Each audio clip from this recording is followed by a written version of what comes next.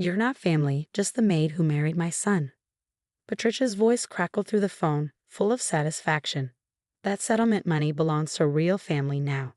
I held onto the edge of my hospital bed, my legs still aching from therapy. A year had passed since the accident, but the pain remained, both in my body and in my heart. Yet nothing hurt more than this betrayal. My name is Isabella Santos.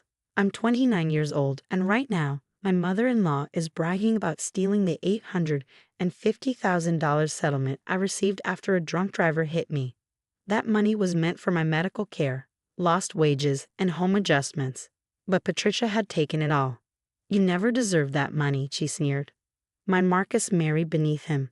At least now I can make sure it stays with true family. I took a deep breath. Thank you for telling me, Patricia, I said calmly. Silence. She had expected me to cry or beg. That's all you have to say, she snapped. Yes, have a nice day. I hung up and immediately called my lawyer. Mr. Davidson, it's Isabella. She did exactly what you predicted. His voice was steady. We've got her. Everything is documented. Shall I proceed? Yes, I said firmly. It's time. Patricia had been trying to steal my money for months. She had pretended to be me on phone calls, forged documents, and even tried to change my account passwords. But I had been warned. The bank manager, an old friend of my late father, had alerted me to her actions. So we set a trap. I used to be Patricia's housekeeper before I married Marcus, and she never forgave me for it. Even when I was in the hospital, she told Marcus to leave me. She'll never walk again, she had said. Do you want to be stuck with a cripple?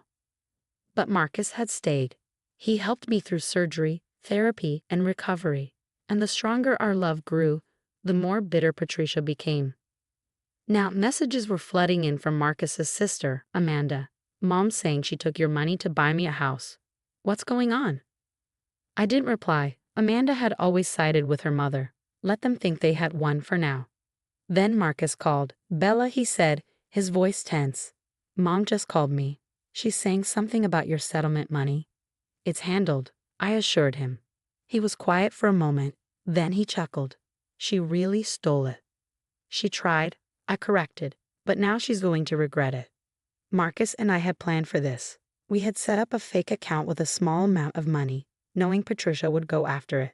She thought she had stolen everything. In reality, the real settlement was safe.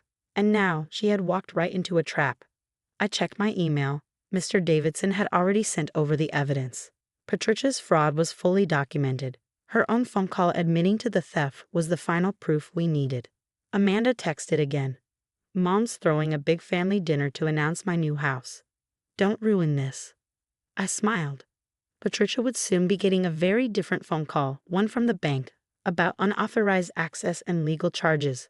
The sun was setting outside my window, and for the first time in a long while, I felt at peace. Patricia had spent years trying to push me out of the family. Now she would finally see who she had underestimated. Later that night, Marcus sat on my hospital bed, still in his scrubs.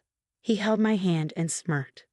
Mom's dinner is happening. She has a big announcement. I squeezed his hand. I'm sure she does. Should we go? No, I said, smiling. I think we'll let the bank handle it. We had given Patricia every chance to accept me. Instead, she chose to see me as a nobody. Now she would face the consequences. My phone buzzed. The bank manager was calling. It was time. The bank manager's call went exactly as planned.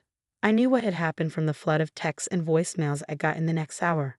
First came Amanda's message. Mom just got a call during dinner. She's freaking out. What did you do? Then Patricia herself, no longer smug but panicked. You set me up. Call me back immediately. Marcus, sitting beside me, read the messages over my shoulder. He held up his phone. Mom just called me too. She wants me to control my wife. Her words, not mine. I leaned back against my pillows, remembering how Mr. Davidson and I had prepared for this. We knew Patricia would try something reckless. She always did when she felt threatened. The small account we left open for her was like bait in a trap. The bank manager had called her to explain that her actions had triggered fraud alerts. The money she stole was frozen. The bank's fraud team and the police were now involved. Patricia had just committed a federal crime. My phone rang again. It was Mr. Davidson. It's done, he said. She tried to lie and say you gave her permission, but we have all her previous fraud attempts documented. They're taking this very seriously. Before I could respond, I heard a commotion outside. Patricia's angry voice echoed down the hospital hallway.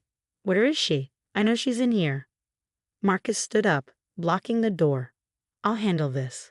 Patricia stormed into the room, her fancy blouse wrinkled, her usually perfect hair a mess. Amanda followed behind, looking unsure. You ungrateful little snake, Patricia spat. After everything I've done for you. I stayed calm. Everything you've done. Like trying to get Marcus to leave me while I was in the hospital, or stealing my settlement money. That money should go to real family. She turned to Marcus. Are you just going to let her do this to me? I'm your mother. Marcus's voice was cold. Do what, Mom? Stop you from stealing? Yes, I am. Amanda stepped forward, looking confused. Mom said Bella gave her permission. She said the money was for my house. I pulled out my phone and pressed play. Patricia's own words filled the room. You're not family, you're just the maid who married my son. That settlement money belongs to real family now. Patricia's face went pale. You recorded me? Of course. I'd also have proof of every time you tried to access my account. Every fake document, every lie. It's all there. Patricia slumped into a chair, her hands shaking. You planned this. You knew I would. Try to steal from me. Yes, we knew. You've made it clear from the start that you don't see me as family. But did you really think I was just the maid you could take advantage of? Amanda looked between her mother and me, finally realizing the truth. Mom, what did you do? Marcus answered for her. What she always does. She underestimated Bella. But this time, there are consequences. As if on cue, my phone buzzed. A message from Mr. Davidson. The bank has filed the fraud report. Patricia's crime was now official. Get out, I said quietly. Both of you. The bank will contact you soon. Patricia stood up, her confidence gone. You can't do this to me. I'm your mother-in-law. I met her eyes.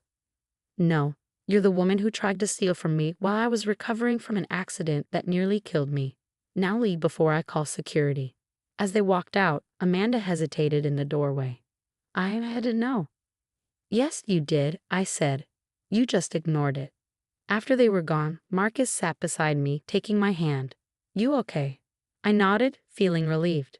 Your mom finally showed everyone who she really is. No more pretending. She'll never forgive you for this, he said softly. I smiled, squeezing his hand. Good thing I stopped caring a long time ago. The sun was setting outside, casting long shadows on the ground. Patricia had spent years trying to prove I didn't belong in her family. Instead, she had proven why she didn't belong in mine. 5 months later, I was in our newly renovated kitchen, making dinner. On days when my legs needed rest, I could now reach everything easily from my wheelchair. The changes we made with the settlement money had turned our home into a place where I could move freely and stay independent. The doorbell rang. Marcus answered it, and I heard Mr. Davidson's familiar voice. Over the past few months, he had become more than just our lawyer. He had been our support through everything. The plea deal is final, he said as he sat at the kitchen island. Patricia agreed to all terms. Her punishment had been quick and serious. The bank's fraud team had built a strong case, leaving her no way out. The deal kept her out of jail, but she was on probation, had to go to financial counseling, and most importantly, had to pay back every dollar she tried to steal. Has she signed everything? I asked, placing a cup of coffee in front of him. Yes. She's also banned from handling money for any business or person. And her reputation. He paused, then smirked. Let's just say she's not very popular at the country club anymore. Marcus shook his head. She did this to herself. How's Amanda handling it? She's been helping the investigation, Mr. Davidson replied. She even gave proof of other times your mother misused family money. I wasn't surprised. After Patricia's crime was exposed, more people came forward. Relatives told stories about stolen inheritances, unpaid loans, and forged documents. The perfect image Patricia had built for herself was gone. Just then, my phone buzzed with a text from Amanda. Can we talk? Please? She had been reaching out more often lately, trying to fix things. Her messages showed she was finally realizing the truth about her mother, but I wasn't ready to forgive her yet. Some betrayals take time to heal. The renovation company called, Marcus said, changing the subject. The bathroom upgrades are done. You'll be able to use everything on your own now. I smiled, thinking about how far we had come. The settlement money had done what it was supposed to. It helped me rebuild my life after the accident. Patricia had tried to take it, but in the end she had only destroyed herself. That evening, Marcus and I sat on our adapted back porch, watching the sunset. My phone buzzed with an email from Mr. Davidson. Attached was Patricia's signed confession. She admitted to everything. Her words were stiff, clearly written under legal pressure, but one sentence stood out. I acknowledged that my actions were driven by prejudice and a refusal to accept Isabella as family. Marcus glanced over my shoulder. You should frame that, he joked. It's probably the closest thing to an apology you'll ever get from her. I closed the email, feeling lighter. I don't need her apology. I never did. And it was true. For years, Patricia had tried to prove I wasn't part of her family. But in the end, she had only shown that money doesn't buy class. And that real family isn't about wealth or status. The sun dipped below the horizon, casting our home in golden light. The settlement had given me back my independence, but standing up to Patricia had given me something even more valuable, the strength to decide for myself who my family really was. As if he could read my mind, Marcus squeezed my hand. Mom always said she was protecting the family legacy. She never realized she was actually destroying it. I nodded, watching the last light fade. Patricia's legacy would be one of shame. But ours? Ours was still being written, built on love, respect, and the courage to stand up for what's right. Tomorrow, I would continue my therapy and keep rebuilding my strength. But tonight, I sat beside my husband in a home that finally felt like ours, free from Patricia's shadow. The real settlement wasn't the money.